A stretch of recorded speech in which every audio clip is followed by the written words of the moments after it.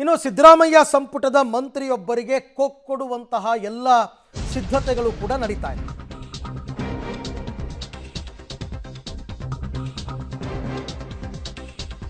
ಸಿದ್ದರಾಮಯ್ಯ ಸಂಪುಟದ ಮಂತ್ರಿಯೊಬ್ಬರಿಗೆ ಕೊಡುವ ಲೆಕ್ಕಾಚಾರ. ದೆಹಲಿಗೆ ಬರುವಾಗ ಕ್ಲಾರಿಟಿ ಇರಲಿ ಅಂತ ಎಐಸಿಸಿ ನಾಯಕರು ಈ ವಿಚಾರಕ್ಕೆ ಸಂಬಂಧಪಟ್ಟಂಗೆ ಮುಖ್ಯಮಂತ್ರಿಗಳಿಗೆ ಹೇಳಿದ್ರಂತೆ. ಮುಖ್ಯಮಂತ್ರಿಗಳು ದೆಹಲಿಗೆ ಹೋದಾಗ ಹೈಕಮಾಂಡ್ ನಿರ್ಧಾರಕ್ಕೆ ಬದ್ಧ ಅಂತ ಸಂದೇಶವನ್ನು ರವಾನೆ ಮಾಡಿದ್ದಾರೆ. ರಾಷ್ಟ್ರ ಮಟ್ಟದಲ್ಲಿ ಪಕ್ಷದ ಮರ್ಯಾದೆ ತೆಗೆದ ಆರೋಪದ ಮೇಲೆ ಸಚಿವರ ತಲೆದಂಡವಾಗ್ತಾ ಇದೆ. ಯಾರು ಅಂತ ನಿಮಗೆಲ್ಲ ಗೊತ್ತಾಗಿದೆ. ಈಗಾಗಲೇ ಎಐಸಿಸಿ ಪ್ರಮುಖ ನಾಯಕರೊಬ್ಬರಿಗೆ ಮುಖ್ಯಮಂತ್ರಿಗಳು ನಿರ್ಧಾರ ಹೇಳಿ ಬಂದಿದ್ದಾರಂತೆ. ಆರ್.ಬಿ. ತಿಮ್ಮಾಪುರ್ ಬೇರೆ ಇನ್ನಾರು ಅಲ್ಲ, ಅಬಕಾರಿ ಸಚಿವರು. ರಾಷ್ಟ್ರ ಮಟ್ಟದಲ್ಲಿ ಕಾಂಗ್ರೆಸ್ಗೆ ಮುಜುಗರವನ್ನು ಉಂಟು ಮಾಡಿಬಿಟ್ರು ಅವರು. ಹಾಗಾಗಿ ಅವರನ್ನ ಸಂಪುಟದಿಂದ ತೆಗೆಯೋ ಬಗ್ಗೆ ನಿಮ್ಮ ನಿಲುವೇನು ಅಂತ ಹೈಕಮಾಂಡ್ ಕೇಳಿತ್ತು ಮುಖ್ಯಮಂತ್ರಿ ಸಿದ್ದರಾಮಯ್ಯನವರಿಗೆ. ಅವರು ನೀವು ಹೇಗೆ ಹೇಳ್ತೀರಾ ಹಾಗೆ ಅಂತ ಒಪ್ಕೊಂಡು ಬಂದಿದ್ದಾರೆ. ಅಬಕಾರಿ ಸಚಿವ ಆರ್.ಬಿ. ತಿಮ್ಮಾಪುರ್ ರಾಜೀನಾಮೆ ಪಡೆಯೋದಕ್ಕೆ ಈಗ ಹೈಕಮಾಂಡ್ ಸಿದ್ಧತೆಯನ್ನು ನಡೆಸಿದೆ. ನಾಳೆ ಕೌಂಟಿಂಗ್ ಎಲ್ಲ ಮುಗಿದ ಮೇಲೆ ಬಿಫೋರ್ ಚಳಿಗಾಲದ ಅಧಿವೇಶನ ತಗೋಬೋದು. ಯಾಕೆ ಅಂದರೆ ಅಬಕಾರಿ ಇಲಾಖೆಯಲ್ಲಿ 700 ಕೋಟಿ ಹಗರಣ ಬಂದಿದ್ದ ಆರೋಪ. ಇದು ಪ್ರತಿಪಕ್ಷದವರು ಮಾಡಿದ್ದಲ್ಲ, ಅಸೋಸಿಯೇಷನ್ ಅವರೇ ಮಾಡಿದರು 700 ಕೋಟಿ ಹಗರಣ ಆಗಿದೆ ಅಂತ. ಆಮೇಲೆ ರಾಷ್ಟ್ರ ಮಟ್ಟದಲ್ಲಿ ಕೂಡ ಕಾಂಗ್ರೆಸ್ಗೆ ಮುಜುಗರ ಉಂಟಾಗಿತ್ತು ಈ ವಿಚಾರದಲ್ಲಿ. ಯಾಕೆಂದರೆ ಪ್ರಧಾನಿ ಮೋದಿ ಅವರು ಮಹಾರಾಷ್ಟ್ರ ಚುನಾವಣಾ ಪ್ರಚಾರದಲ್ಲೆಲ್ಲ ಇದನ್ನು ಪ್ರಸ್ತಾಪ ಮಾಡಿಬಿಟ್ಟಿದ್ರು. ಸೊ ಹಾಗಾಗಿ ಮಹಾರಾಷ್ಟ್ರ ಚುನಾವಣೆಯಲ್ಲೂ ಕಾಂಗ್ರೆಸ್ ಪಾಲಿಗೆ ಈ ವಿಚಾರ ಯಾವ ಕಿರಿಕಿರಿ ಆಯಿತು ಆಗ ತೀರ್ಮಾನಕ್ಕೆ ಬಂದಿದ್ದಾರೆ.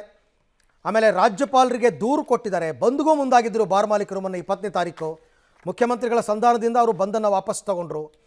ಸೊ ಸಚಿವ ತಿಮ್ಮಾಪುರ್ ಮೇಲೆ ಹೈಕಮಾಂಡ್ಗೆ ಈಗ ಅಸಮಾಧಾನ ಆಗಿದೆ. ತಿಮ್ಮಾಪುರ್ ರಾಜೀನಾಮೆ ವಿಚಾರದಲ್ಲಿ ಕ್ಲಾರಿಟಿಯಲ್ಲಿ ಬನ್ನಿ ಅಂತ ಎಐಸಿಸಿ ನಾಯಕರು ಸಿದ್ದರಾಮಯ್ಯನವರು ಹೇಳಿದರು. ಅವ್ರು ನಿನ್ನೆ ಡೆಲ್ಲಿಗೆಲ್ಲ ಹೋಗಿದ್ದರು. ಕಾಂಗ್ರೆಸ್ ಪಡಸಾಲೆಯಲ್ಲೇ ಅಬಕಾರಿ ಸಚಿವರ ರಾಜೀನಾಮೆ ಬಗ್ಗೆ ಚರ್ಚೆಯಾಗಿದೆ. ಜೊತೆಗೆ ಹೈಕಮಾಂಡ್ ನಿಲುವಿಗೆ ನಾನು ಬದ್ಧ, ರಾಜೀನಾಮೆ ಪಡಿಬೇಕು ಅಂದರೆ ಪಡಿತೀನಿ, ಸಂಪುಟದಿಂದ ವಜಾಗೊಳಿಸಬೇಕು ಅಂದರೆ ವಜಾಗೊಳಿಸ್ತೀನಿ ಅಂತ ಮುಖ್ಯಮಂತ್ರಿಗಳು ಕೂಡ ಒಂದು ಸಂದೇಶವನ್ನು ಹೈಕಮಾಂಡ್ಗೆ ರವಾನೆ ಮಾಡಿದ್ದಾರೆ. ಹಾಗಾಗಿ ಯಾಕೆಂದರೆ ಅಧಿವೇಶನದಲ್ಲಿ ವಿರೋಧ ಪಕ್ಷಗಳು ಇದನ್ನು ದೊಡ್ಡ ಮಟ್ಟದಲ್ಲಿ ಚರ್ಚೆ ಮಾಡ್ತಾರೆ, ಆಗ ಇನ್ನೂ ಮುಜುಗರ ಆಗುತ್ತೆ. ಅಷ್ಟರ ಒಳಗೆ ರಾಜೀನಾಮೆಯನ್ನು ಪಡೆಯುವಂತಹ ಲೆಕ್ಕಾಚಾರವನ್ನು ಹೈಕಮಾಂಡ್ ಹಾಕ್ಕೊಂಡಿದೆ. ನಾಳೆ ಮಹಾರಾಷ್ಟ್ರ, ಜಾರ್ಖಂಡ್ ಮತ್ತು ಬೈ ಎಲೆಕ್ಷನ್ ರಿಸಲ್ಟ್ಸ್ ಇವೆಲ್ಲ ಬಂದ ನಂತರ ಬಹುತೇಕ ಮುಂದಿನ ವಾರದಲ್ಲಿ ಈ ಶಿಸ್ತು ಕ್ರಮವನ್ನು ಆರ್.ಬಿ. ತಿಮ್ಮಾಪುರ್ ವಿರುದ್ಧ ತೆಗೆದುಕೊಳ್ಳಬಹುದು ಅನ್ನೋ ಮಾಹಿತಿ ಬರ್ತಾ ಇದೆ. ಸಂಪುಟ ಪುನರ್ರಚನೆ ಅಂತಾರೆ, ಸಂಪುಟ ವಿಸ್ತರಣೆ ಅಂತಾರೆ. ಆ ನಡುವೆಯಲ್ಲಿ ಇದು ಬೇರೆ ಇವಾಗ ಬಂದಿದೆ. ಸೊ ನೋಡಬೇಕು. ಇವೆಲ್ಲವೂ ಕೂಡ ಮುಖ್ಯಮಂತ್ರಿಗಳ ವಿವೇಚನೆಗೆ ಬಿಟ್ಟಂತಹ ವಿಚಾರ. ಮುಖ್ಯಮಂತ್ರಿಗಳು ಬಟ್ ಹೈಕಮಾಂಡ್ ಒಂದು ಸೂಚನೆಯನ್ನು ಕೊಡುತ್ತೆ. ಈ ಬಗ್ಗೆ ಮತ್ತಷ್ಟು ಮಾಹಿತಿ ನನ್ನ ಕೊಲೀಗ ರವೀಶ್ ಅವರಿಂದ ಪಡ್ಕೊಳ್ಳೋಣ. ರವೀಶ್, ಈಗ ಮುಂಬರುವ ಚಳಿಗಾಲದ ಅಧಿವೇಶನದಲ್ಲಿ ವಿರೋಧ ಪಕ್ಷದವರು ಇದನ್ನು ಪ್ರಸ್ತಾಪ ಮಾಡ್ತಾರೆ ಸಹಜವಾಗಿ. ಹಾಗಾಗಿ ಅಷ್ಟರ ಒಳಗೆ ತಿಮ್ಮಾಪುರ್ ವಿರುದ್ಧ ಕ್ರಮ ಆಗಬಹುದಾ ಅಂತ? ಅರವಿಂದ್, ಖಂಡಿತವಾಗಿಯೂ ಕೂಡ ಒಂದು ಆರ್.ಬಿ. ತಿಮ್ಮಾಪುರ್ ಅವರ ವಿಚಾರ ಏನಿದೆ ಅದು ಮಹಾರಾಷ್ಟ್ರ ಚುನಾವಣೆ ಸಂದರ್ಭದಲ್ಲಿ ದೊಡ್ಡ ಮಟ್ಟದಲ್ಲಿ ಸದ್ದು ಮಾಡಿತ್ತು. ಅಂದ್ರೆ ಇಡೀ ದೇಶದಾದ್ಯಂತ ಒಂದು 700 ಕೋಟಿ ಒಂದು ರೀತಿಯಲ್ಲಿ ಅಬಕಾರಿ ಹಗರಣ ಏನಿದೆ ಅದ್ರ ಬಗ್ಗೆ ಕೂಡ ಸಾಕಷ್ಟು ಒಂದು ರೀತಿಯಲ್ಲಿ ಬಿಜೆಪಿ ಕೂಡ ಕ್ಯಾಂಪೇನ್ ಅನ್ನ ಮಾಡಿತ್ತು. ಸ್ವತಃ ಪ್ರಧಾನಿ ನರೇಂದ್ರ ಮೋದಿ ಅವರೇ ಕಾಂಗ್ರೆಸ್ನ ವಿರುದ್ಧ ಆ ಒಂದು ವಿಚಾರವನ್ನ ಪ್ರಸ್ತಾಪ ಮಾಡಿ ವಾಗ್ದಾಳಿಯನ್ನು ಕೂಡ ನಡೆಸಿದ್ರು. ಈ ನೆಲೆಯಲ್ಲಿ ಈ ಒಂದು ವಿಚಾರವನ್ನ ಕಾಂಗ್ರೆಸ್ನ ಹೈಕಮಾಂಡ್ ಗಂಭೀರವಾಗಿ ತೆಗೆದುಕೊಂಡಿದೆ ಅಂತ ಕೂಡ ಹೇಳಲಾಗ್ತದೆ. ಆ ಕಾರಣಕ್ಕೋಸ್ಕರವಾಗಿಯೇ ಆ ಒಂದು ರಾಜೀನಾಮೆ ಪಡೆಯೋದ್ರ ಬಗ್ಗೆ ಅಥವಾ ಖಾತೆಯನ್ನ ಬದಲಾಯಿಸೋದ್ರ ಬಗ್ಗೆ ಸಾಕಷ್ಟು ಮಟ್ಟದಲ್ಲಿ ಚರ್ಚೆ ಆಗಿತ್ತು. ಹಾಗಾಗಿ ಮುಖ್ಯಮಂತ್ರಿ ಮತ್ತು ಉಪಮುಖ್ಯಮಂತ್ರಿ ಇಬ್ಬರೂ ಕೂಡ ಈ ಸಂದರ್ಭದಲ್ಲಿ ಚರ್ಚೆ ನಡೆಸಿದ್ದಾರೆ. ಜೊತೆಗೆ ಹೈಕಮಾಂಡ್ನಿಂದ ಕ್ರಮ ಏನಾಗಬೇಕು ಅಂತಲೂ ಕೂಡ ಸಿಎಂ ಸಿದ್ದರಾಮಯ್ಯ ಅವರು ಚರ್ಚೆ ನಡೆಸಿರ್ತಕ್ಕಂಥದ್ದು.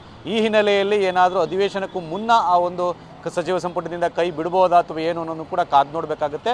ಆದರೆ ಒಂದು ಹಂತದಲ್ಲಿ ಕಾಂಗ್ರೆಸ್ನ ಹೈಕಮಾಂಡ್ನಿಂದ ಎಲ್ಲ ರೀತಿಯ ಗ್ರೀನ್ ಸಿಗ್ನಲ್ ಸಿಕ್ಕಿದೆ ಅಂತ ಹೇಳಲಾಗ್ತಾ ಇದೆ. ಆದರೆ ಬೆಳಗಾವಿ ಅಧಿವೇಶನಕ್ಕೂ ಮುನ್ನ ಆಗುತ್ತೋ ಅಥವಾ ನಂತರ ಆಗುತ್ತೋ ಅನ್ನೋದು ಕೂಡ ಇನ್ನೂ ಕ್ಲಾರಿಟಿ ಇಲ್ಲ.